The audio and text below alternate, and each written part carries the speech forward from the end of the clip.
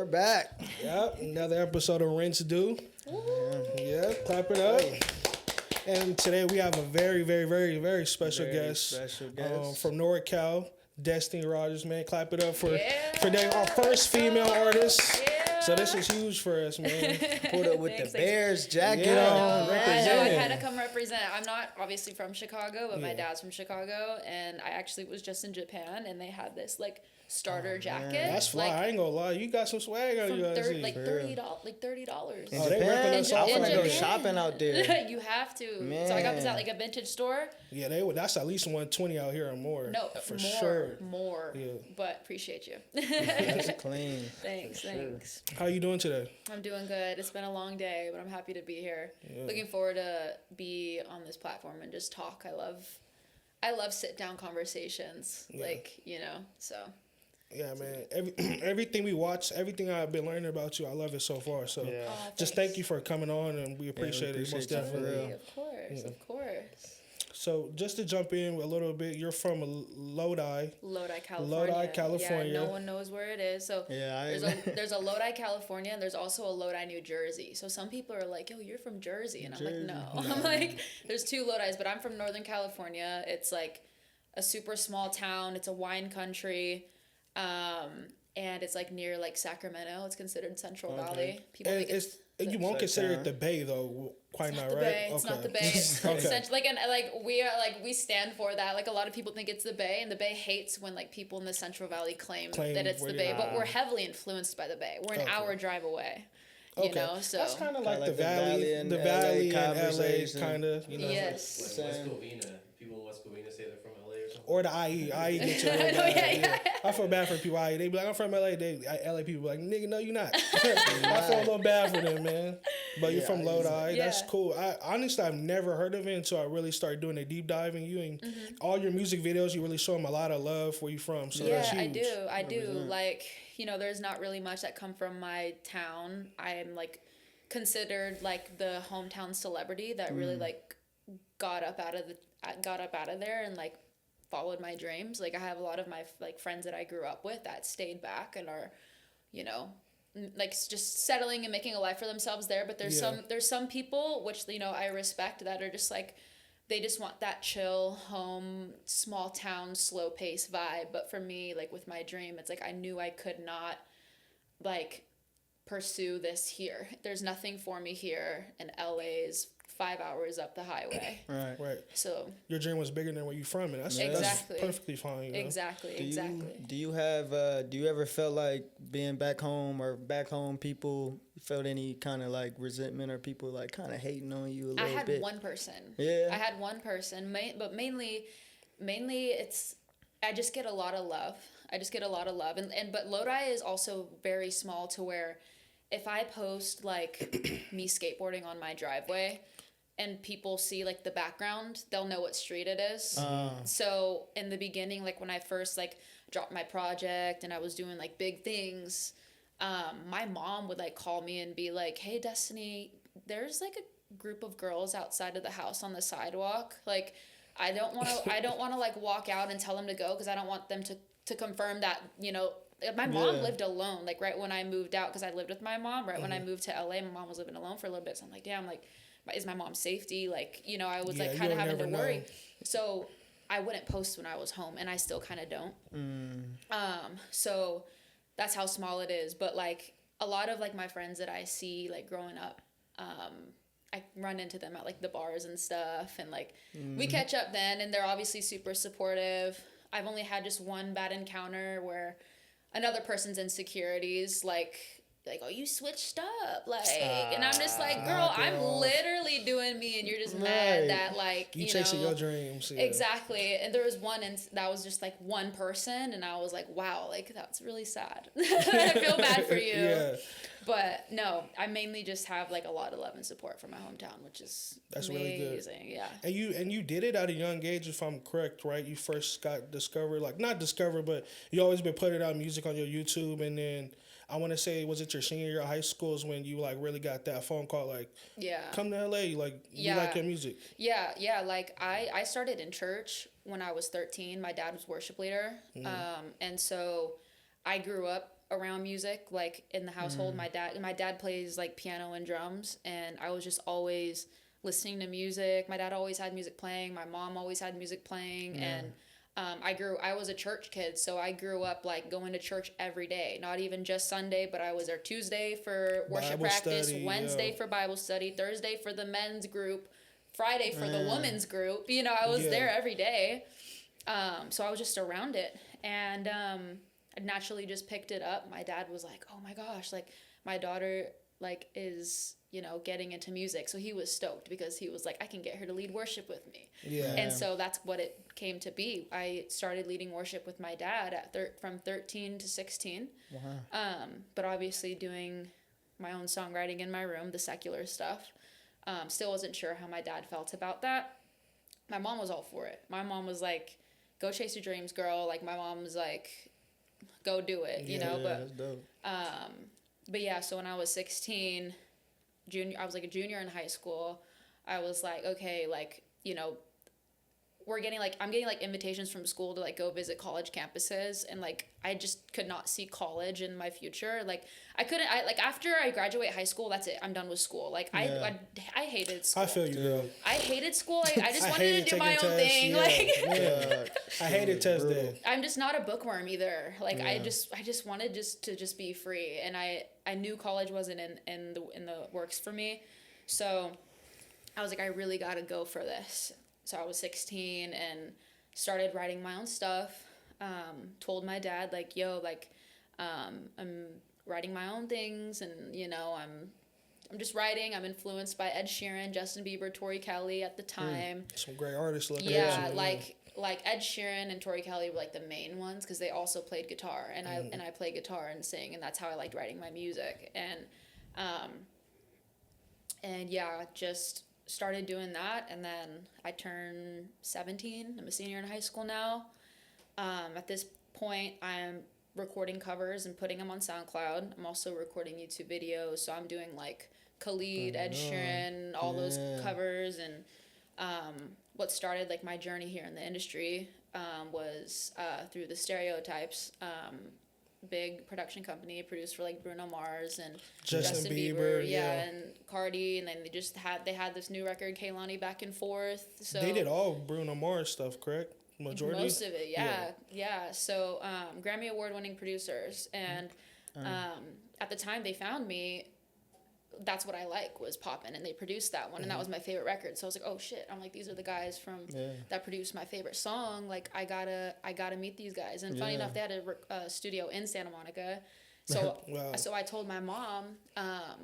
It was one of the members like reached out to my mom through Facebook or something like that. So my member at church? No, I'm a member of the Stereotypes. Oh wow! And we ended up just talking with him on the phone, and we're just like, all right, let's go. And so we went to Santa Monica like 2 weeks later. Like me and my mom, we drove. Shout out to mom. How can you make a decision like that? Like, dang, like in high school, I would be like. No, I know. I was so excited, and my teachers were so cool. Like I would like, cause they knew I pursued music and that I wanted to do this. Like, so they would give me time off of school to go, and like they'd just give me my homework, and I'd go. Do you pack it? Complete the packet, bring it back. Exactly. I'd have the textbooks. Like I'm ready to go. So it wasn't really a problem. My teachers are like, go for it, which like I respect. I totally respect that. It's awesome. So I went out, met the Stereotypes, sang for them. I brought my guitar just like I did today. I brought my guitar, and I'm just talking to them like this, and I'm singing them some songs that I wrote. And from then on, I wasn't sure what was going to come of it. I just wanted to get in front of their face and just tell them, show them who I was, you know? And I left the meeting feeling good. I wasn't sure what was going to come of it. It was just an introduction.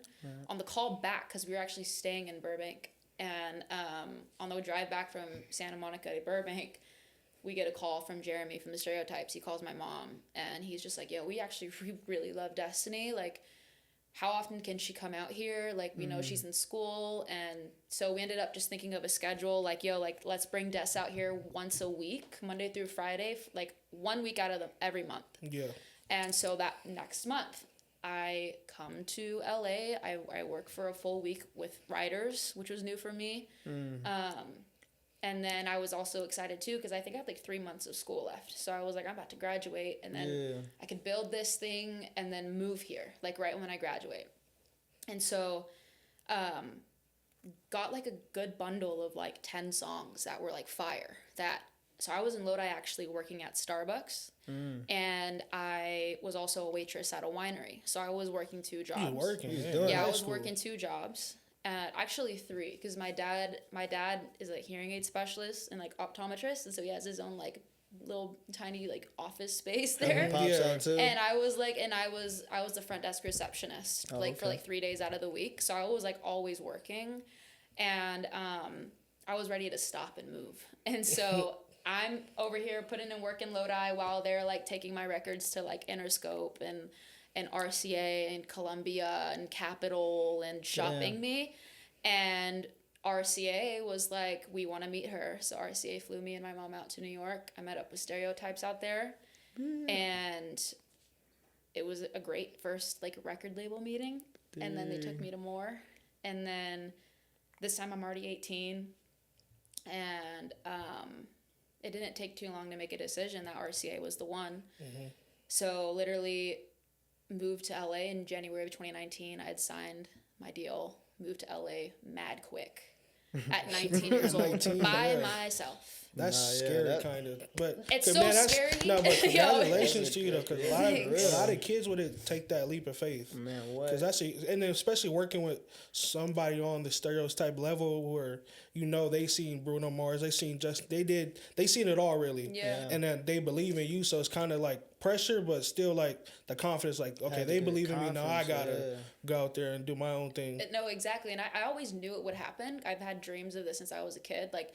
Even as like a little kid, like Cheetah Girls in High School Musical, Demi Lovato, Jonas Brothers, Cheetah Girls, Jonas Brothers. Like I'm watching Camp Rock and High School Musical, and I'm just like watching TV, and I'm just like, bro, I want to be on TV, like, like I want to be with them, So that's how like as a kid, 4 or 5 years old, like I just knew I wanted this. Man. So that's why when I had the chance to go, I sprinted. There's no question in your mind. No question. I'm like, I have never even lived alone in my life. I don't even know how to cook a meal. I'm gonna figure it out. There's a lot of box Kraft mac and cheese for the first ramen, few all that cup noodle. Hey, but everybody's childhood dream I know was at one time was drawing that Disney logo. Oh God! Man, what? I used to love that. I used to practice that. I used to be delusional in the mirror. I used to do it in the mirror. But yeah. Okay, so you moved to California, right? You signed with RCA. Yeah. When did you like start to find your flow with music? Like when did you feel like not your first hit, but like when did you start to feel like that groove, like you feel comfortable now?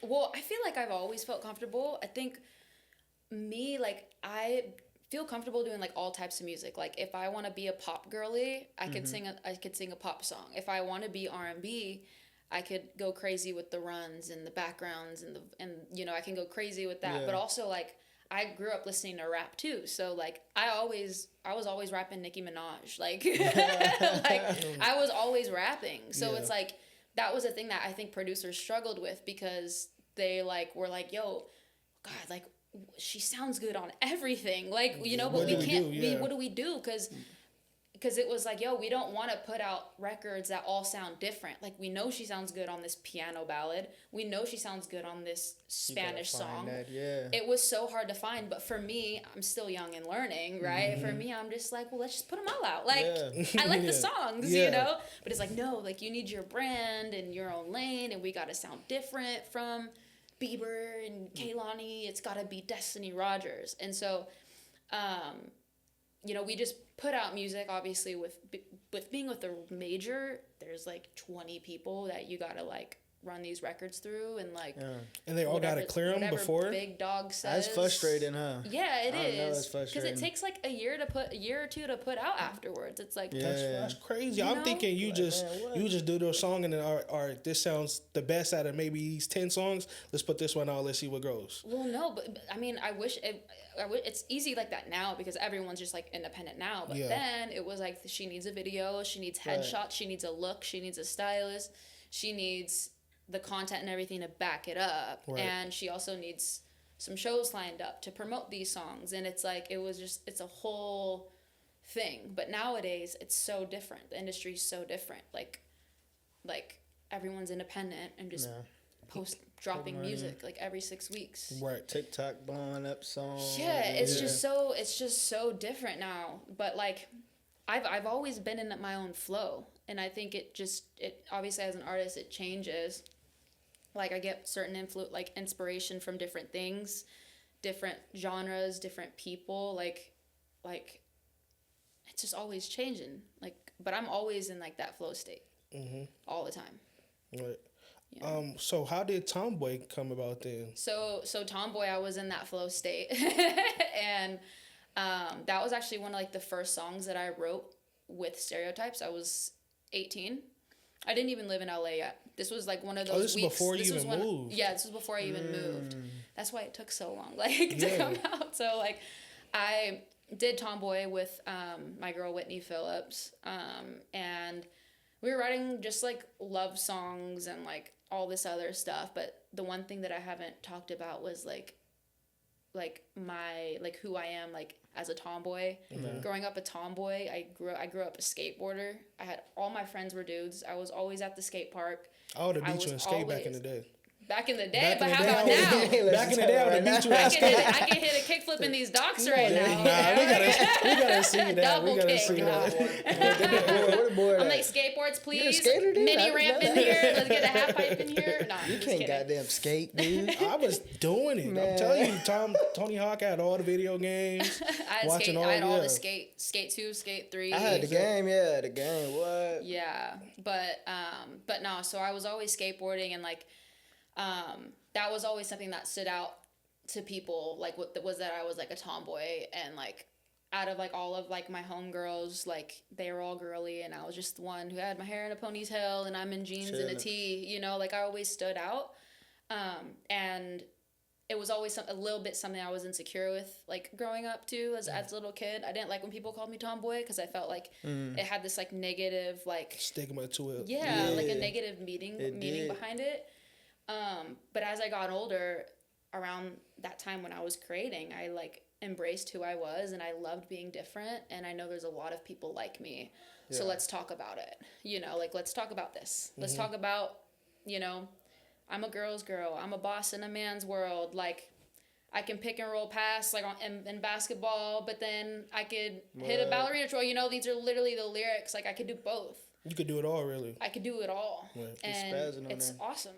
It's a great song, by the way. Thank you. So y'all killed that. You and Whitney, amazing job. Thank you. Yeah, and it's like one of my biggest songs still till this day. 100 million on YouTube, crazy. I'm about to hit like That's 200 huge. million. Especially coming from where you come from. People in LA is not even hitting 100 million. So that's a huge congratulations to you. For real. What? And I shot the video in Lodi too. In Lodi, right So at when home. people go watch the video, that's literally my hometown. You shot a couple of videos I've seen in Lodi. What's the second one? There's one more. I for sure see. You might have found a deep cut. I for sure see. It was a couple years. It might have been 6 years ago. It might have been one from COVID was 2019? 2020. 2020? Yeah, so it had to be around that time. Okay. You got I know for sure it wasn't the Tomboy one, because Tomboy didn't have the Lodi sign in the back with it.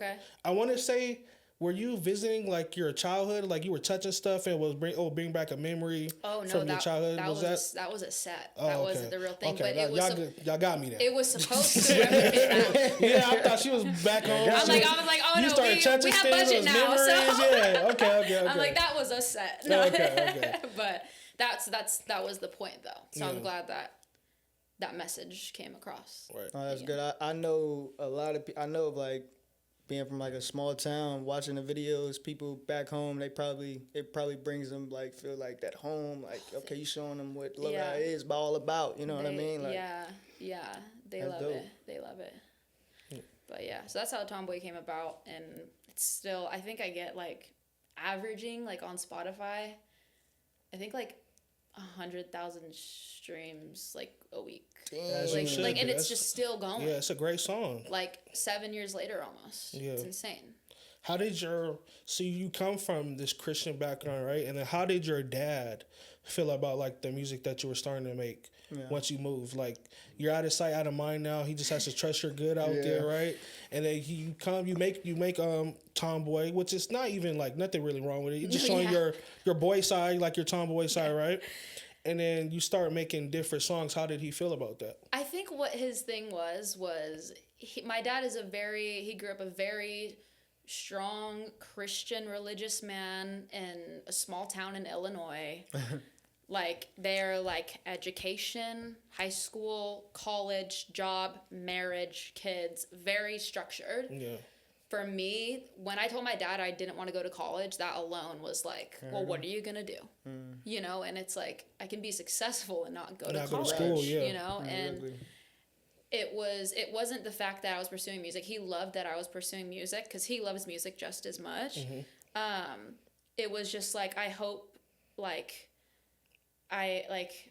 this works out for her, you know? So like, I hope this works out. And I think he started accepting it when I signed the deal.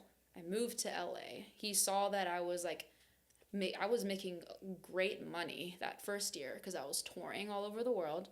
I toured North America. By yourself, or were you with under artists? I opened for an artist named Rule. Okay. And we did 3 months together on the road. I did Camp Flogna Music Festival. I was doing Pharrell's Music Festival in Virginia. I was doing so much. You were making your runs. And I was making my runs, and it was when I did a show at the Fonda in LA, and my dad was there, and like the crowd was like encoring me, and I was the opener. It's like the opener don't get encore. Hell no, yeah. And I think that was a moment when my dad like was like, whoa, these kids, these strangers, these kids are singing my daughter's songs. This is serious. Like, this isn't like a fantasy that it is a fantasy, but it's reality now. It's reality now, yo. So that's when my dad was like, oh, this is going to work for my daughter, and I'll be there for her, you know? And so that was the click. It wasn't the fact that it was secular. It was down to just like the career, just like how is she going to be successful without school? Yeah, how can you make money if you don't go to school and get an actual like 9-to-5 job and a degree? Yeah, exactly. Like he was like, how is she going to survive by just making gigs? Yeah, but he didn't know how much money the gigs was. Yeah. Like one gig lasts me 6 months, Dad. That's crazy. You know, but now he loves it. He surprises me in like different parts of like the world sometimes when I do shows. Like I did a show in Santa Cruz. It's not too far from Lodi. I did a show in Santa Cruz maybe like last year. He like knocks on my hotel door and he's like, housekeeping. And I'm like, what the hell is housekeeping doing at my place at like 9 p.m? And I opened the door and my dad surprised me at my hotel. So like he loves it. Yeah. He loves it. So, I'm glad, man. Yeah, that's dope. Yeah, he's my biggest supporter now. Yeah. I mean, he's always been, but yeah, but now he sees your dream come to reality. So yeah.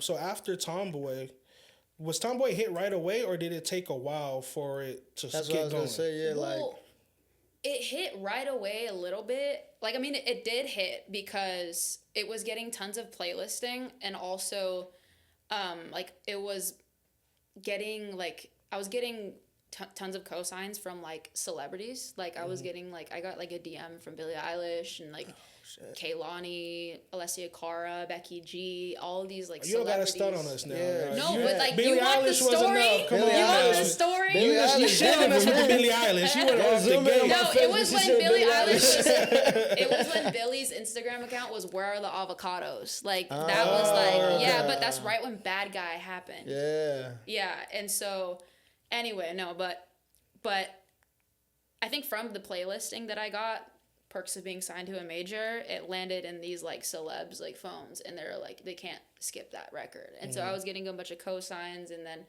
obviously after a little bit it died down, but I'm still putting music out and touring and everything, and it had a resurgence in 2021 from Lisa from BLACKPINK.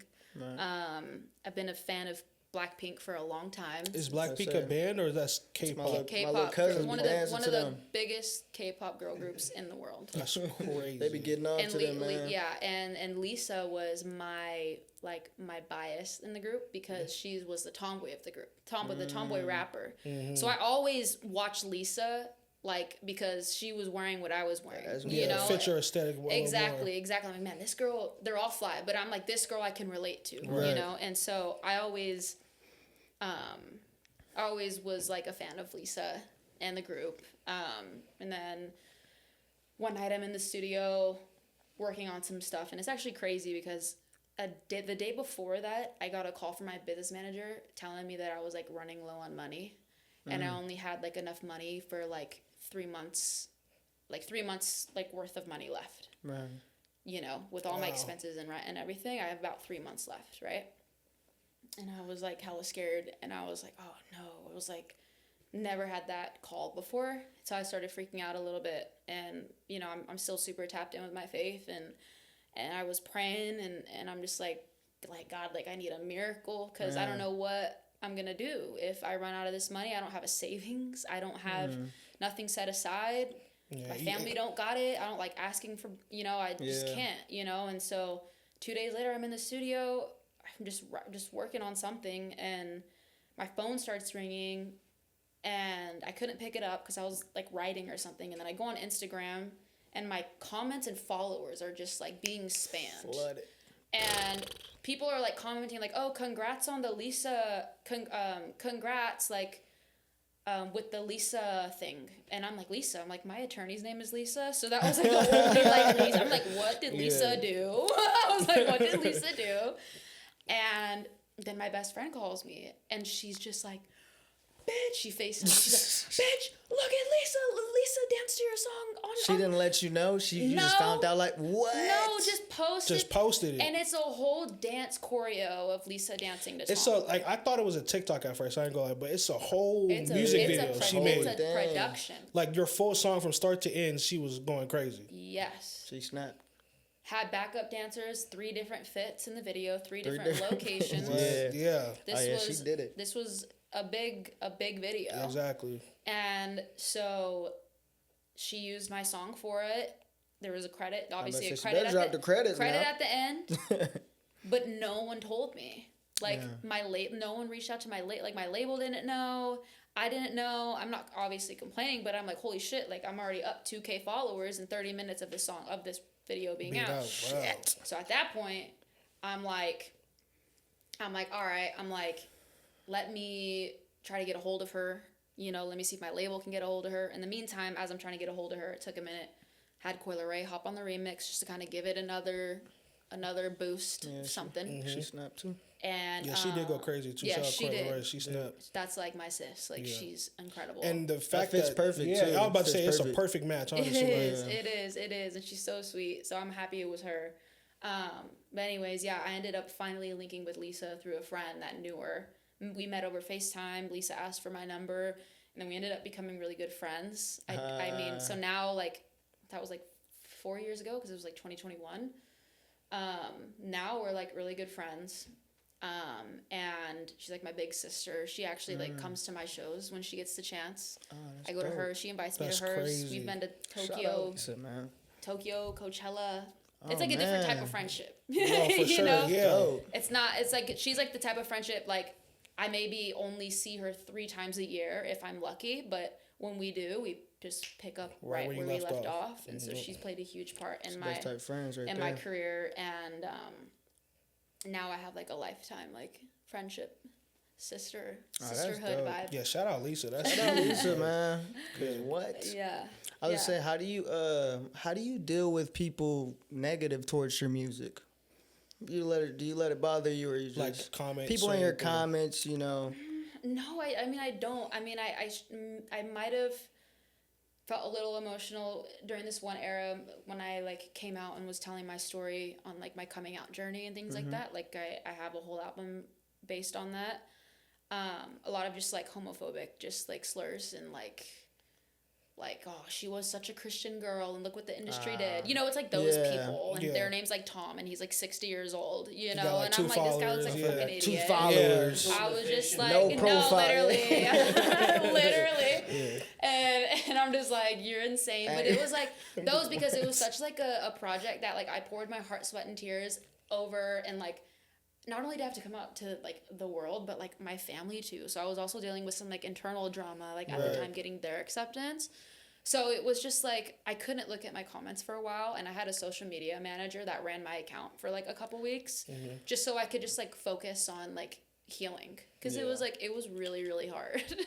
But it was mainly that. But mostly a lot of people fuck with me though. Mostly. I don't really get too much like. No hate. Too much hate. Not right now at least, but. Yeah. What do you say is what's your most personal song that you've ever made and put out? Ooh, I mean, outside of Tomboy, I'll always root for her. She's number one. It would probably be Still Your Girl, which was the title track to my album. I think that's the video that you saw when I was like looking through the pictures and stuff. That was such a pivotal moment of my life, like, and like you know, coming out is like really hard, especially coming from a religious household and also like a Mexican mother and like house of color, and like it was just really, really hard. And Still Your Girl was the first song that I wrote, even when I came out to like my producers. Like, oh, so nobody, like literally nobody knew. Nobody knew. Wow, Nobody that's tough on you though. Yeah. Like you had to carry that. That's a big secret to try to keep, and you try to navigate your personal life. And you gotta, you know, kind of switch up for your family a little bit. I had crushes on girls, and I had no one to tell. Like my friends didn't even know. Like, I was like, man, I really like this girl. You had no like homie friends, like any guy friends. You could be like, man, I feel bad. this. No, she bad. Right? No, I was like, God's gonna heal me. I'm gonna keep praying it away. No. This is who you are. That's, I know. That's fine. I was like, I just gotta embrace it now and let it go. So now we're here, but that's the most personal because I like was sobbing during the session. Like, I recorded the record crying, and the record with my voice on it now was I planned on re-recording it because I was like congested from like crying. My team was like, no, we got to keep it. That shows. You can feel it through the music. Yeah, that shows the rawness, and so yeah. I ain't gonna lie. I thought I was gonna guess your it was gonna be outside. Outside on your Still Your Girl album.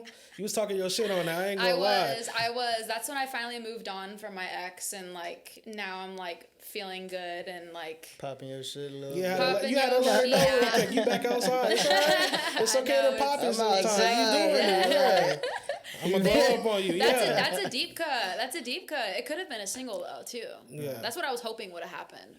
Yeah, that's my favorite song on the album. I ain't gonna lie to you. Hell yeah. That and Bitter. Bitter was the music video too was perfect. Like, how did you even come up with that concept doing that song? I think, Bitter, the concept for that, like, Bitter was literally, it was just about a fucking story with my ex. Like, long story short, because I know we're running out of time, but long story short, I was in a secret relationship with a girl for 2 years. I didn't tell anybody. It was just a secret between me and her. But I brought her around all my friends and like my team. She was in some of my music videos. But she's like my homegirl to the public eye and to the fans and all that stuff. Like, you know, and so when we broke up, we were still friends. Terrible idea. Don't be friends with your ex, especially like right away. Don't do it. But I still wanted to hang out with her. I still loved her and everything. It was her birthday. So I threw her this party, and obviously we were drinking. Well, she was drinking. I was like Dee just in case I had to take care of her or something. And she ends up getting super drunk, kisses me, and then I'm like, oh, butterflies again. This is like my second chance. We're like back. She still loves me. Tomorrow we'll be back together because I wanted it still. Right. And then the next morning, she, like, sends me this long text apologizing, and she's just like, I'm so sorry I kissed you. Like, I blacked out. Like, I don't remember. So-and-so told me. That's how I know. And I'm like, so you were blacked out? I'm like, you don't remember a thing? Like, and she's just like, no, I don't remember a thing. I'm sorry. And it, like, pissed me off. Oh, and so that's literally, like, the opening line is, like, take a shot. Happy birthday to you. I'm setting the scene. So that's why the video matches, like, me in a living room setting. And we're like, there's like drink empty cups on the birthday cake. Yeah, it's like the birthday cake and She's like probably I'm like watching that video like, damn. I know she fucked with it. I know she was like, oh, I love this. Like she was just so fucking weird. She sound a little toxic. She sound a little toxic. Dude, you like the toxic ones, huh? Them Scorpios. Scorpio. That horoscope sign. I will never date a Scorpio again. You believe in that, Desi? Tell the truth. That is not real. A little bit. A little bit. The line, they kind of match what they be saying. Sometimes, but I don't devote my life to the full moon and blah, blah, blah. Yeah. I'm just like, that means there's going to be bad luck. It's like, no, because now you're putting it in the air and now like something's going to come and you're going to blame the full moon. And I mean, okay, I'm not hating on astrologists. I do believe that like the stars and universe and shit are like, you know, they hold something. Oh, for sure, yeah. It's powerful. Aliens and shit, but that's for another topic. We appreciate you coming on, man. Thanks. Just a good Thanks stream so much. vibe. I appreciate it. Yeah, I mean. Do you have anything coming out? I know you dropped your album. No, yet. I mean. A couple years ago, you got anything new coming? No, yeah. I actually have an EP that I just put out like a month and a half ago. In April, right? Yeah, called Be Kind Rewind. Be Kind Rewind, yeah. I like produced on that, which is awesome. First project I got to do like really with creative freedom, being independent, making that clear, independent. So please stream my shit. Yeah. I need all the love. Hell yeah. Thank you. But yeah, I got that shit out, and I also working on a lot of stuff with some K-pop groups, and so I got some things. I got some things coming out this summer. Not with them, but I wrote them, and so I got cool placements coming on the way, but also a lot of my own stuff on the way. So you guys are just going to be hearing about me everywhere you go. Hell yeah. Pretty soon. You're going to be hearing about it on Rinse Do. We definitely support you. We rocking with you. And once again, we literally, from the bottom of our hearts, we thank you because you're amazing. Thank you. I'm so Anything happy you do, you got our support for sure. I appreciate you guys. All right. Excited to keep building, and you guys can have me again in a year. And please. So remember she said we'll be I in got a different this, right? room. It's gonna be a bigger thing. I know I liked you, Desmond. It's gonna be like that. I know I liked you, Desmond. Yeah.